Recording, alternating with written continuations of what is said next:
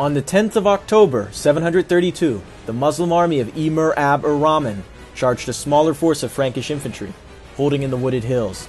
Led by a Charles Martel, who would earn that title, Martel, the Hammer, from his coming victory, the Franks bested the Arab cavalry and delivered a crushing blow.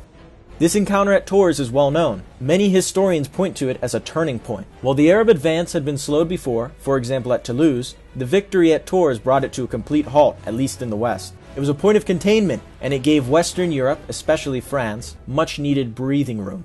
The Muslims were limited to Spain, where they would slowly lose ground, the Reconquista eventually pushing them out of Iberia for good. Now, it is important to understand how the Muslims got so close to France in the first place. Christendom, at the time of the early Arab conquests, was shattered and weak. The Roman Empire had fallen in the west, and it only remained in the east, Byzantium. Eastern Rome had just finished a brawl with the Persians, the Byzantine Sassanid War. This left both nations extremely vulnerable. The Muslims had exploited this weakness, especially in the Middle East and North Africa. The Arabs were able to take large swaths of land, and as they expanded through North Africa, they set their sights on Spain. They took Spain with little resistance. Now, they had their eyes set on France. It was time for the Franks to do or die. The Franks certainly weren't just going to lay over and die. Charles Martel set out with a group of hardened veterans, determined to win at Tours. Not only would he be saving France, but he would be saving Duke Odo, his rival. With such a victory, he would be able to cement his power in France. Without his victory, there would be no France. Charles' first success was outmaneuvering the enemy. He was able to pick exactly where the battle would be fought. He drew his men up in a large square and held them on a wooded hill. This was a perfect defensive position, especially against cavalry. Abd-ur-Rahman did not want to give in and fight Charles on these terms. However, impatience got the best of Rahman, and after 6 days of waiting, he ordered charge after charge against the Frankish formation.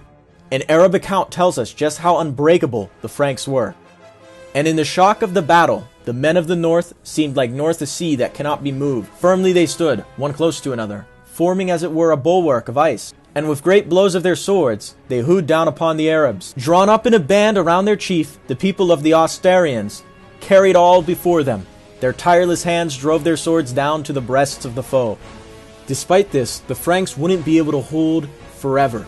The Arab cavalry had broken into the interior of the Frankish square several times throughout the battle, only for the Franks to repel them and reorganize, of course. But another successful charge could have certainly broken the disciplined Franks. Charles had planned to draw off part of his foe by having his cavalry harass the Muslim camp. When they reached the camp and began razing it, freeing slaves and causing chaos, Muslims took notice. Many of the Arabs turned from the fighting to go and defend their loot. Other Muslims saw this as a retreat, and soon it turned into one. Abd-ur-Rahman then made an attempt to stop the retreat, but the Franks surrounded him and killed him. Martel's hope that the Arabs would be distracted by his cavalry was more than fulfilled. It exceeded his expectations and forced his enemy into a full retreat.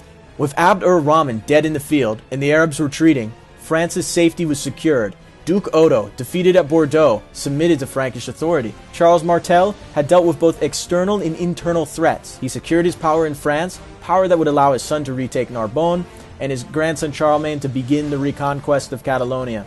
The Arabs would begin fighting amongst themselves. Their unified caliphate soon shattered. This would further prevent them from making any attempts to conquer more of Europe.